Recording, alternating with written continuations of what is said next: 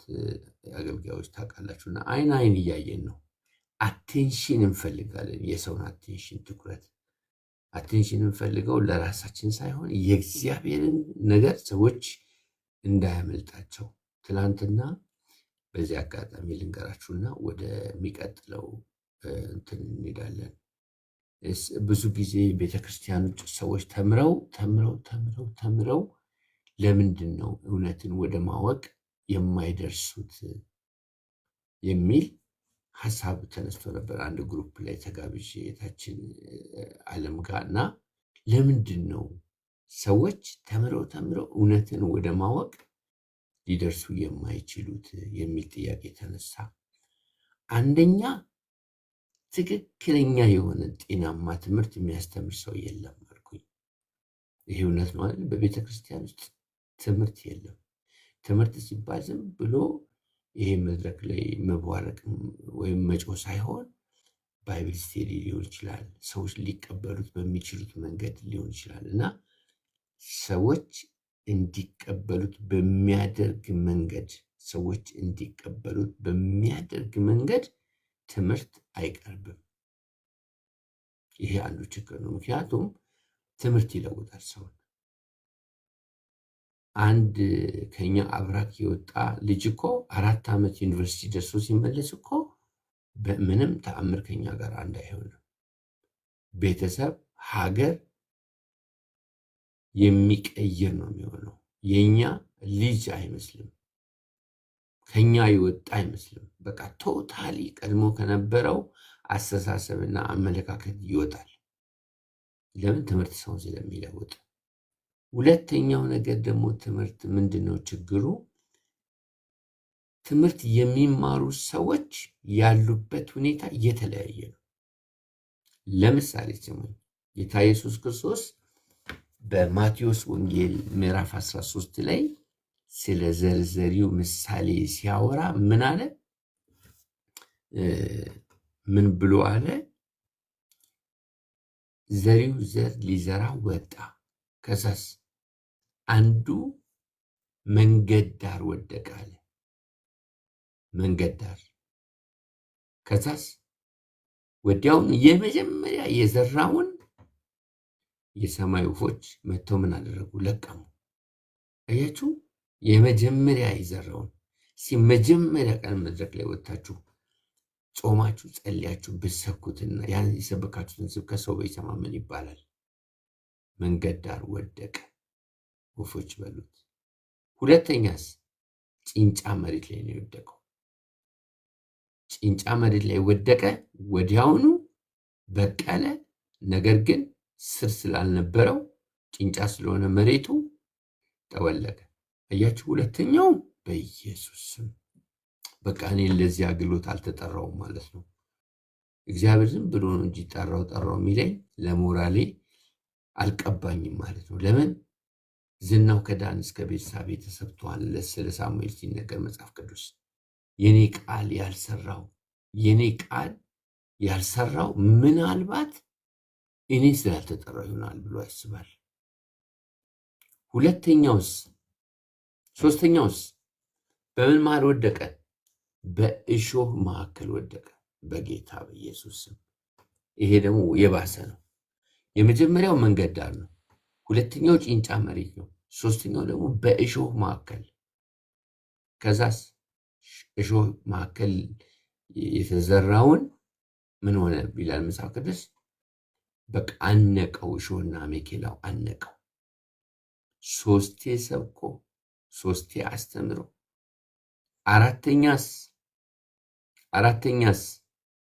አራተኛ ደግሞ ለመሬት ላይ ወደቀ ይላል። አያችሁ?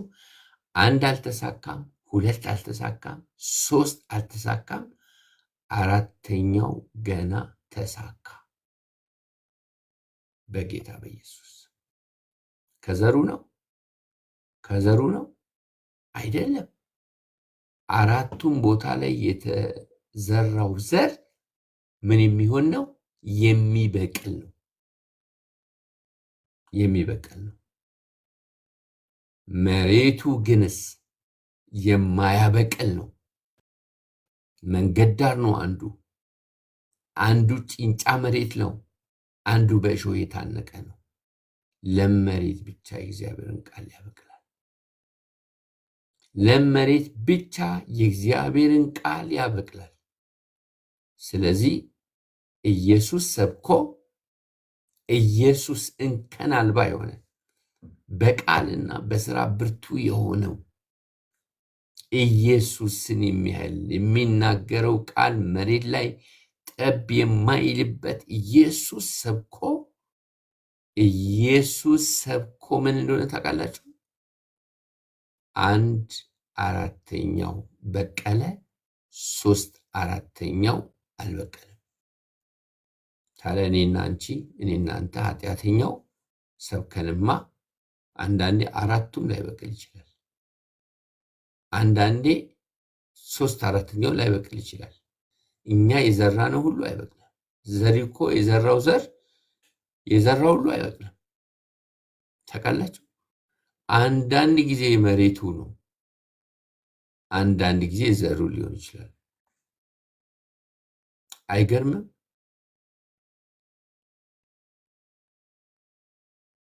ስለዚህ ቤተክርስቲያን ውስጥ ያለው ችግር የምን ምክንያት ነው ቢባል ሰዎች የእግዚአብሔርን ቃል ሰምተው በሕይወት አይተገብሩም፣ አይለወጡም፣ አይቀየሩም። ታጥቦ ጭቃ አድሮ ቃሪያ ናቸው። ከዚህም የተነሳ በእግዚአብሔር ቃል ሕይወታቸው አይነካም።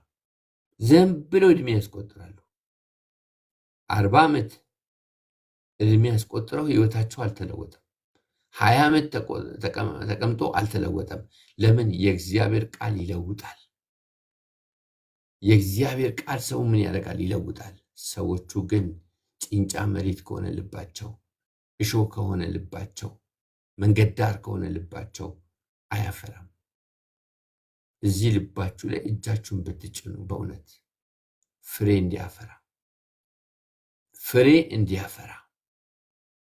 ፍሬ እንዲያፈራ የእግዚአብሔር ቃል ነው ሕይወታችንን የሚሰራው። የእግዚአብሔር ቃል ነው በእኛ ሰዎችን የሚሰራው። ቃሉ የሚሰራውን ያህል ምንም አይሰራም። በኢየሱስ ስም ቃሉ ነው የሚሰራው። እናንተ የእግዚአብሔር ቃል ይሰራል። የእግዚአብሔር ቃል የሰውን ሕይወት ይሰራል። የእግዚአብሔር ቃል የሰውን ሕይወት ይሰራል። ኢየሱስ ጌታ ነው። ቃሉ ምን አይነት ልብ አለን? መንገድ ዳር ጭንጫ፣ በእሾህ የታነቀ። መንገድ ዳር የተባለው ምን እንደሆነ ታውቃላችሁ? መንገድ ዳር የተባለው ፖለቲከኞችን፣ የዚህ ዓለም ሲስተም የያዛቸው ሰዎች አሉ። ለመንፈሳዊ ነገር ደንታ የሌላቸው፣ መንፈሳዊ ነገር ሞኝነት የሚመስላቸው አይታችኋል። ተማሩ የተባሉ ሰዎችን አንዳንዱ ከክርስቲያን ማህበረሰብ መካከል ወጥቶ እኮ ነው። ፖለቲካ የሰውን አእምሮ ድንዝዝ ያደርገዋል። ደብዛውን ነው የሚያጠፋበት። መንፈሳዊ ነገር ሞኝነት ያደርግበታል። መንፈሳዊ ነገር ሞኝነት ይሆንበታል። ፖለቲከኞች እኮ ምናልባት 5% ከአጠቃላይ ወደ እግዚአብሔር መንግስት የሚመጡት፣ ያውም ተሰባብረው፣ ተላልጠው፣ ተጋግጠው ህይወታቸው ላይ ከፍተኛ የሆነ የስነ ልቦና ችግር ካልደረሰባቸው በቀር ወደ እግዚአብሔር መንግስት አይመጡም። ከፈለጋችሁ ቼክ ማድረግ ትችላላችሁ። እኛን ክርስቲያኖችን፣ እግዚአብሔርን የሚከተሉትን የሚያመልኩትን ሰዎችን እንደ ሞኝ ነው የሚቆጥሩት፣ እንደ ጅላጅል ነው የሚቆጥሩት። መንገድ ዳር የሆነ ልብ ነው ያላቸው። ሁለተኛውስ ጭንጫ መሬት ሃይማኖተኞች ናቸው። የዚህ ዓለም ሃይማኖተኞችን ወደ እግዚአብሔር መንግስት ማስገባት በጣም ከባድ ነው። ያውቃሉ እውነቱን፣ ህሊናቸው ላይ ብርሃን ስላለ ህሊናቸው እውነትን ያያል፣ ይሰማል። ግን መጨረሻ ላይ ምን እንደሚሆኑ ታውቃላችሁ?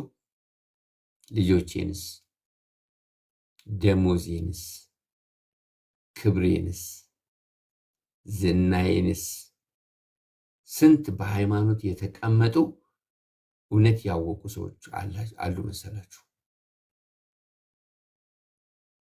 ስደት ይፈራሉ። ኒቆዲሞስን አልሰማችሁም? በሌሊት አንድ የምኩራብ አለቃ የነበረውን ሰውዬ ታስታውሳላችሁ? እመን እንጂ አትፍራ የተባለው ደብል ማይንድድ ስለሆነ፣ ደብል ማይንድድ የሆነ ሰው ስለሆነ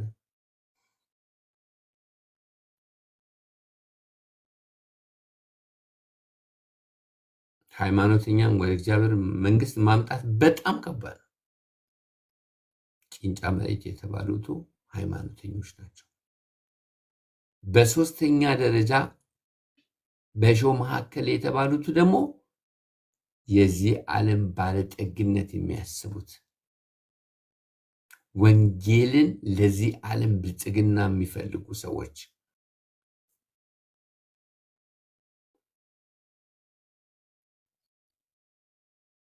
ወዲያውኑ እሾህ ያንቀዋል። ቃላቸው ቃሉ የሚሰሙትን ቃል ለም መሬት የተባሉት እኮ የተጣሉ በዚህ ዓለም ነገር ላይ የተጣሉ ናቸው። ለምሳሌ ኢየሱስ ክርስቶስ ወደ መንግስቱ የጠራቸው 4 አይነት ሰዎች አሉ የተቀበሉ፣ ይሄ ወንጌል የተቀበሉ ለም መሬት የተባሉት። አንደኛው ድሆች፣ ምንም የሌላቸው።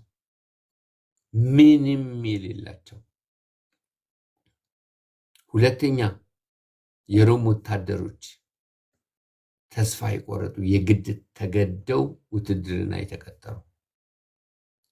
በሶስተኛ ደረጃ ከመቅደስ የተባረሩ ኃጢአተኞች፣ መስዋዕት ስለማያቀርቡ አንዳንድ ወጎችን ስርዓቶችን ስላልፈጸሙ ሁለተኛ እዚህ መቅደስ እንዳደርስ ተብለው ከመቅደስ የተባረሩ አካል ጉዳት ያለባቸው ሰዎች። አራተኛ ተስፋ የሌላቸው ሰዎች። እነዚህ ናቸው ለወንጌል ምላሽ የሰጡት። የሮም ወታደሮች፣ ቀራጮች፣ ኃጢአተኞች፣ ከመቅደስ የተባረሩ ተስፋ የሌላቸው ሰዎች። እነሱ ለም መሬት ነበራቸው። ለምን? በሚያልፉበት ሁኔታ ልባቸውን እግዚአብሔር አዘጋጅቷል። ዛሬም ፖለቲከኞች ጌታን ከተቀበሉ በኋላ እንኳን እያነከሱ ነው የሚጓዙት። ልክ ነኝ? ዛሬም ሃይማኖተኞች እኮ አንዳንድ ሃይማኖተኞች ጌታን ከተቀበሉ በኋላ እያነከሱ ሃይማኖተኝነት ይጸናወታቸዋል። ዛሬም እኮ የዚህ ዓለም ባለጠግነት ሐሳብ ያላቸው ሰዎች አያነክሱም? ያነክሳሉ። በኢየሱስ አልክመው ደክመው ያደክሟቸዋል። የሚያወሩ ስለ ብልጽግና፣ የሚያወሩ ስለ ምቾት ነው፣ ስለ ቅንጦት ነው፣ ስለ ወንጌል አይደለም። አቤት የሰው ልብ! ጌታ ልባችን ይፈውስ። እንግዲህ አያችሁ እንዴት ሽፍት እናደረግኩኝ ሳላቅ እግዚአብሔር ልቤ ላይ ወደዚህ ይሄ መልእክት አምጥቷል። በዚህ ቃል ላይ እንጸልያለን። እግዚአብሔር የሰጠን ጊዜ በአግባብ እንጠቀማለን። ጊዜው የጸሎት ነው። በማስተዋል በጥበብ በእግዚአብሔር ፊት ራሳችሁን ጋርዱ። የምትሰሙትን ነገር በጥንቃቄ ስሙ። ትኩረት ለእግዚአብሔር ነገር ስጡ። የእግዚአብሔርን ፊት ከልብ ከውስጣችሁ ፈልጉ። አይናችሁን ባጨፍኑ የልባችሁን አይን ጨፍኑ። ትኩረታችሁን ወደ እግዚአብሔር አድርጉ። ግርግር እንዳይሆን፣ ብዙ ነገር እንዳያመልጠን፣ ድንጋይ ላይ ውሃ ማፍሰስ እንዳይሆንብን፣ ማንለወጥ እንዳንሆን፣ ማንጸልይ እንዳንሆን፣ ወደ እግዚአብሔር ልውና ገብተን እንኳን እኮ አልተሳካልንም። ጸልየን እንኳን እኮ አልተሳካልንም። የጸሎታችንን ያህል እንኳን እኮ ህይወታችን አልተቀየረም።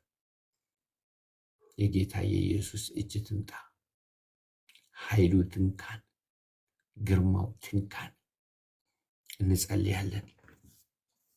እግዚአብሔር አምላክ በዚህ አሁን በሰማነው ቃል ለትውልድ በረከት እንድንሆን ታውቃላችሁ። ደቡብ ላይ የምስራችሁ ወንጌል በሚሽነሪዎች አማካኝነት ሲሰበክ አንድ ጥቅስ አስተካክለው የማይናገሩ ሰዎች ናቸው። ስለ ኢየሱስ ክርስቶስ ያንን ሁሉ መከራ ተቀብለው ወንጌል የሰበኩት ዛሬ እውቀት በዝቷል። ሚዲያው በሙሉ ብትሄዱ ስክሮል ስታደርጉ የምታገኙት ስብከት ነው፣ ላይቭ ፕሮግራም ነው፣ ቸርቾች ላይ በቃ ያብረቀረቀ መድረክ ነው፣ ግን ፍሬ የለም። ለምን? ቃሉ አይሰራም። ቃሉ አይሰራም እንዴ? ቃሉ ይሰራል። ለምን ህይወታችንን አልሰራውም? ለምን ህይወታችንን አልቀየረውም? ለምንድን ነው የኔ ልብ መንገድ ዳር የሆነው? ለምንድን ነው የኔ ልብ ጭንጫ መሬት የሆነው? ለምንድን ነው የኔ ልብ በእሾህ የታነቀ የሆነው? ለምንድን ነው ለም መሬት ያልሆነው? ቃሉ ካልለወጠሽ፣ ቃሉ ካልለወጠ፣ ጸሎት ካልለወጠሽ፣ ጸሎት ካልለወጠ ምንድን ነው የሚለውጠ? ህይወት ልክ እንዳልጫ ከመወርወር ውጪ ምን እድል ፈንታ አለው? በኢየሱስም እንደዚህ አይሁንብን። በኢየሱስም ህይወታችንን ይነካ፣ ህይወታችን ይነካ። ህይወታችንን የእግዚአብሔር መንፈስ ይንካው፣ የእግዚአብሔር ክብር ይንካው፣ የእግዚአብሔር ኃይል ይንካው፣ የእግዚአብሔር ጣት ይንካው። በኢየሱስ ስም እግዚአብሔር እጁን በልባችን ላይ ያስርጽ። ልባችን ላይ እጁ ተግባ። ድንጋዩን ልብ አስወግጄ የስጋን ልብ እሰጣችኋለሁ፣ መንፈሴን በልቡናችሁ አኖራለሁ፣ በሕጌና በስርዓቶች አስኬዳችኋለሁ፣ ሕዝብ ትሆኑኛላችሁ፣ አምላክ እሆናችኋለሁ እያለ ጌታ በኢየሱስ ስም እጁን ያስርጽብን። የእኛን ልብ የሚችል ጌታ ነው፣ ማንም አይችለውም። በሰው ፊት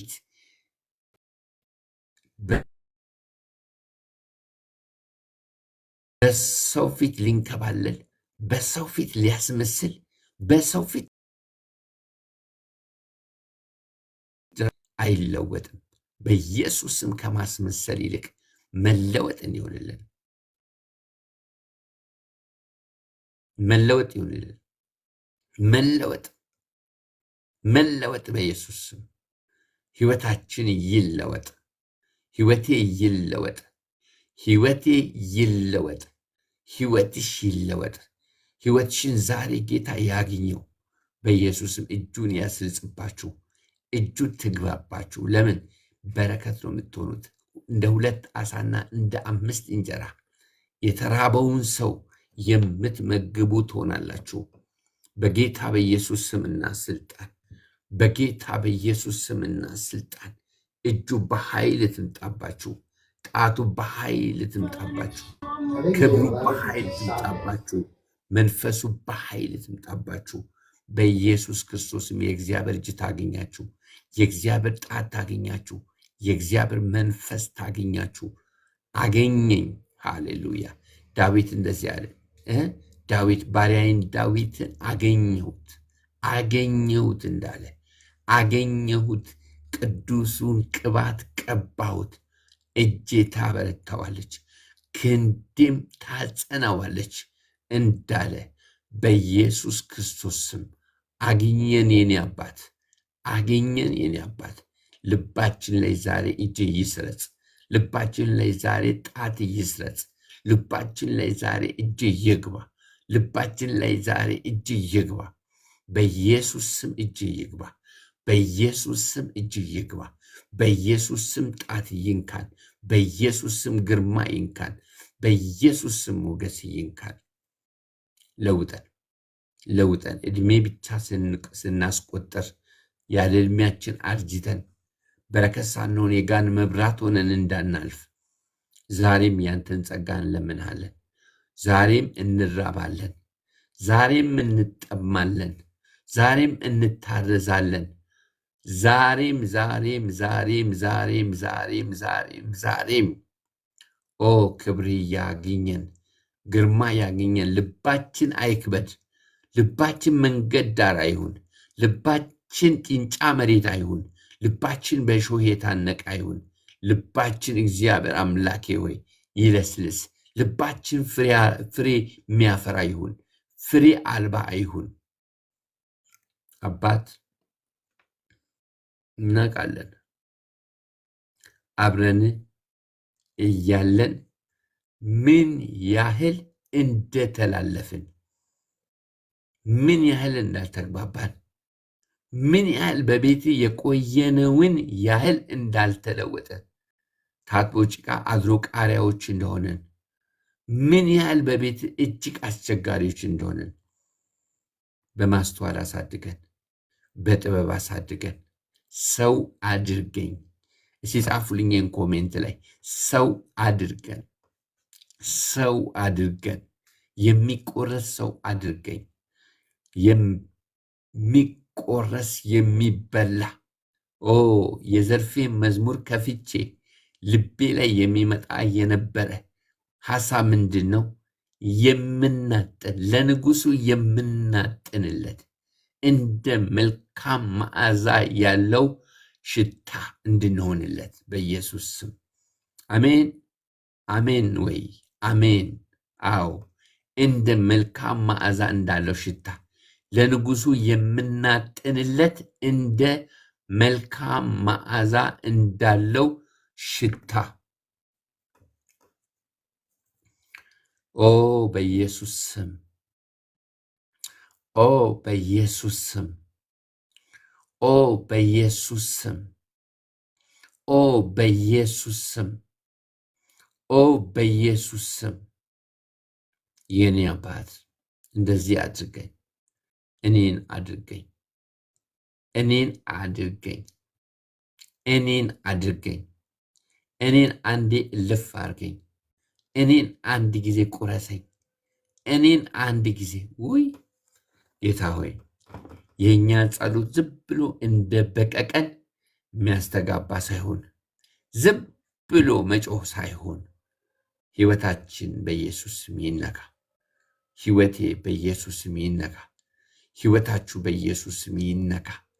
ሕይወታችሁ በኢየሱስ ስም ይነካ። እጃችሁ ቀና ስታረጉ እግዚአብሔር እጁን ልባችሁ ላይ ያስርጽ። ይህንን ጨለማ የዋጠውን፣ ይህንን ጭንጫ መሬት የሆነውን፣ ይህንን መንገድ ዳር የሆነውን ልባችሁን፣ ይህንን በእሾህ የታነቀውን በእግዚአብሔር ቤት ውስጥ ብዙ ሰዎች የሚኮለኮሉት እስኪባረኩ ነው። ከዛ መስሚያ የላቸውም። እዚያ ደጅ የሚያስጠናቸው ልባቸውን ያውቃል። እሱ የልባቸውን ሁኔታ ያውቃል። እነሱ የሚሉት ሌላ ነው፣ እግዚአብሔር የሚለው ሌላ ነው። ይለውጠን፣ በቃ ይለውጠን። ይንካን፣ ይንካን፣ ይንካን። ጌታ ሆይ ንካኝ፣ እኔን ንካኝ፣ እኔን ንካኝ፣ እኔን ንካኝ፣ እኔን ንካኝ። በዚህ ርዕስ ነው የምንጸልየው። ይሄንን ቃል ነው የምንጸልየው ዛሬ። ይዛችኋል፣ እርግጠኛ ነኝ። ተረጋግታችሁ ሰምታችሁኛል። ድንገት ጣልቃ የገባ ድንገት ሰበር የገባ ነው። ነገ ደግሞ በዛኛው ሐሳብ አካፈላችኋለሁ። በሚመችሽ ሰዓትና ጊዜ ጸልይ። ሜስ ያስፈልግሽ ጨርሺ፣ ችግር የለም። ያው የተነጋገርነው ነገር ስላለ መንገድ ስለምትሄጂ ልጆችን ስለምትሸኝ የእግዚአብሔር እጅ ትቅደም። የእግዚአብሔር እጅ ከአንቺ ጋር ትሆን። ሌሎቻችን ኮፒ ሊንክ ታፕ ሼር እናደርጋለን። ሰዎች እንዲመጡ እናደርጋለን። ጌታ ኢየሱስ ይባርካችሁ። ኮፒ ሊንክ ታፕ ሼር እናደርጋለን። ትልቅ ስራ ነው። እኔ ከዚህ በኋላ ጸልያለሁ። የሚመጡትን ሰዎችን ሰላም በሉ። መቀበል ችግር የለውም። አትሳቀቁ፣ አትሳቀቁ። ቤታችሁ ነው። እንደገና ደግሞ እንደ አገልጋይነት መጠን እናንተን የሚጠቅማችሁን ነገር፣ የሚረባችሁን ነገር ልቤ የሚያውቀውን ከእግዚአብሔር ቃል አንጻር አንዳንድ ማስተካከያዎችን ስሰጥ በደስታ ለእግዚአብሔር አገልጋይ መቀበል መታዘዝ እግዚአብሔርን መታዘዝ ነው። እኔ የእናንተ አገልጋይ ነኝ። ከእግራችሁ በታች ሆኜ የማገለግል ነኝ። ፋሲሊቴትም ማድረግ ነኝ። ጌታ በረዳኝ መጠን እናንተን ለማገልገል የተጠራው ባሪያ ነኝ እንጂ በእናንተ ላይ ለመሰልጠን አልተጠራውም። ማንም ይሁን ማንም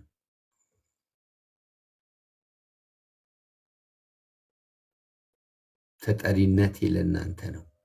ታማኝነቴም ደግሞ ለእግዚአብሔር ነው። እግዚአብሔር ጠርቶኛል ለእናንተ እናንተ ደግሞ የእግዚአብሔርን ባሪያ ለእናንተ ከእግራችሁ በታች ዝቅ ብሎ የሚያገለግለውን ባሪያ አክብራችሁ ተሽቆጥቁጣችሁ ታዛችሁ ለእግዚአብሔር ክብር መሆን አለባችሁ። ካለበለዚያ አስቸጋሪ ነው የሚሆነው። ስለዚህ ይህንን የምላችሁ ፕላትፎርም ላይ ገስት ላይ አንዳንድ ጊዜ እንደዚህ አታርጉ ሲባል ያኮርፋሉ ሰዎች። እንደዚህ ባይሆን ብላቸው ያኮርፋሉ እና በጣም ነው አስቸጋሪ የሚሆነው ፕላትፎርም ላይ። ቸርች ላይ ቢሆን ዲሲፕሊን ይደረጋለሁ፣ ዲሲፕሊን አደርጋለሁ። በቃ ቸርች ላይ ቢሆን እኔ ራሴ ዲሲፕሊን እደረጋለሁ። እኔ ራሴ ሳጠፋ እኔ ራሴ ደግሞ ዲሲፕሊን አደርጋለሁ። የእግዚአብሔር ቤት በአግባብ በስርዓት መሆን አለበት። ካለበለዚያ መጥፎ ነው። የማያዛልቅ ጸሎት ለመቅሰፍት እንደሚባለው ነው የሚሆነው። ስለዚህ ቤቱ ላይ ጥንቃቄ እናድርግ። ሰዎችን እንቀበል፣ መታዘዝ አለብን። በውስጥ ደግሞ ስልክ አት ኤኒ ታይም ተደዋውለን ልናወራ፣ አንዳንድ ችግሮች ካሉ ማውራት እንችላለን በውስጥ። ከዛ በተረፈ እንደዚሁ እንቀጥላለን። ሄሉ ቀጢ። ተባረኩልኝ።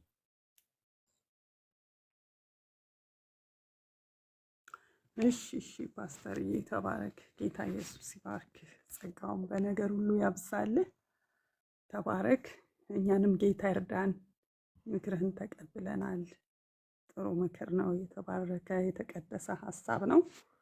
እግዚአብሔር ይረዳናል። ደግሞ እንደ ምክርህ ደግሞም እንደ እግዚአብሔር ቃል በመልካም መሬት በለም መሬት እንደተዘራ ዘር በሰማነው ቃል በሰማነው ምክር ፍሬን ማፍራት እንድንችል እግዚአብሔር በነገር ሁሉ ይርዳን።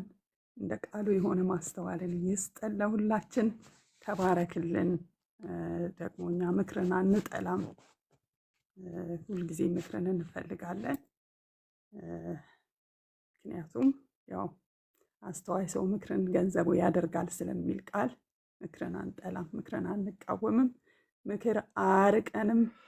አስተዋይ ሰው ምክር የበለጠ ራሱን አስተካክሎ ወደ እግዚአብሔር ፈቃድና ሐሳብ እንዲቀርብ የሰማው ምክር በለም መሬት እንደተዘራ ዘር ፍሬን በማፍራት እንዲገለጥ ያደርገዋልና ተባረክልን። ጌታ ኢየሱስ ክርስቶስ ይባርክ። ስለ ቃሉ፣ ስለ ምክርህ፣ ስለ ጸሎቱ ሁሉ በእውነት ጌታ ኢየሱስ ይባርክ። ጸጋውን ያብዛልህ። ለምልምልን እንጸልያለን። በዚሁ መንፈስ ሆነን ደግሞ ጌታ አምላካችንን